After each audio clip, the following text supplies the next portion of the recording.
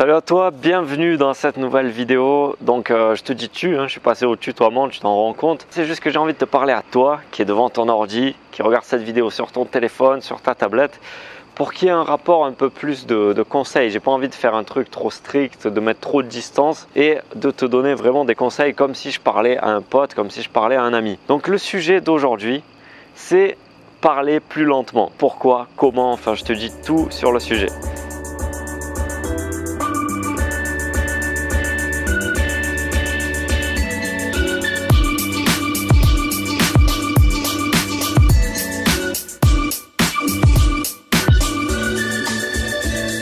Je me suis rendu compte en revoyant mes vidéos précédentes que je parlais beaucoup trop vite et ça m'a amené à réfléchir à ce sujet-là. Donc dans cette vidéo, on va voir pourquoi c'est important de parler plus lentement, pourquoi personne ne le fait et comment tu peux faire pour améliorer ça et comment je vais faire pour améliorer ça. Pourquoi c'est important de parler plus lentement?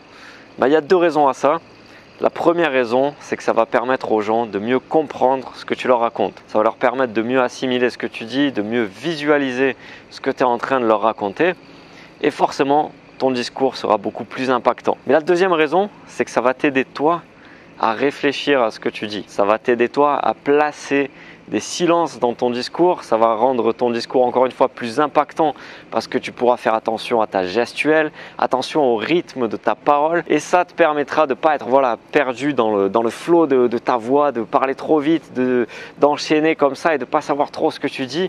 Non, vraiment, de réfléchir à chaque groupe de phrases, chaque groupe de mots et que ça soit plus clair. Mais alors tu vas me dire, pourquoi s'il y a ces deux gros avantages de parler plus clairement, de pouvoir mieux réfléchir, mieux anticiper ton discours et de rendre ton discours beaucoup plus assimilable, beaucoup plus compréhensible et clair pour les gens à qui tu es en train de parler, pourquoi avec ces deux gros avantages, il y a aussi peu de gens qui s'entraînent à parler lentement, à parler plus clairement. Première chose, c'est instinctif et c'est clairement une question de confiance en soi. Parce qu'il y a des gens qui ont pris l'habitude depuis tout petit de parler lentement. C'est devenu naturel pour eux. Mais il y en a d'autres qui ne sont pas très sûrs d'eux au niveau de leur discours et qui ont peur d'être coupés. C'est ça le truc, c'est instinctif, c'est pas calculé, mais ils vont parler très rapidement pour pas être coupés, pour être sûr de ne pas être coupés. Donc on va essayer d'aligner les mots, d'enchaîner les mots comme ça, de ne pas respirer au milieu pour pas être coupé. Non, ça marche pas comme ça. Ça aura exactement l'effet inverse. Plus tu parles lentement et plus les gens auront envie de t'écouter, plus les gens pourront se concentrer sur ce que tu leur dis. La deuxième cause, c'est la peur d'être mou. On confond rythme et énergie dans notre discours. On se dit, si je parle lentement, je vais parler comme Doc Gynéco, je vais parler comme un mec qui a fumé 12 pétards et ça va endormir tout le monde. Non, pas forcément. On peut avoir un discours lent tout en mettant de l'énergie dans chaque morceau de phrase. Et là, ça ne va pas endormir les gens, mais ça leur laissera le temps d'écouter ce qu'on a à dire. Donc c'est essentiellement à cause de ces deux peurs que les gens parlent trop rapidement, parlent trop vite et font des erreurs dans leur discours. Perso, c'était plus la deuxième qui me bloquait et c'est plus ça que j'ai à travailler. Donc maintenant, on va voir comment faire pour parler plus lentement, comment faire pour t'entraîner à avoir un discours plus lent et plus compréhensible par les gens. Donc il y a trois techniques que tu peux utiliser. La première, je l'ai apprise dans un cours de négociation que j'avais quand je faisais des études de commerce. C'est un des seuls cours qui m'a intéressé. Bon, ça va pas trop plaire à mes profs s'ils tombent sur cette vidéo, mais bon, salut à vous quand même. La technique, c'est tout simplement de faire écho à ce qu'on dit. C'est très bizarre, hein, c'est très bizarre, je te l'accorde, mais c'est de répéter 2 fois chaque groupe de mots dans sa tête. C'est comme si on parlait, en répétant à chaque fois ce qu'on est en train de dire, dans sa tête. Donc cette technique, elle est bien pour le début. Elle est bien si tu parles vraiment trop vite, ça peut t'aider.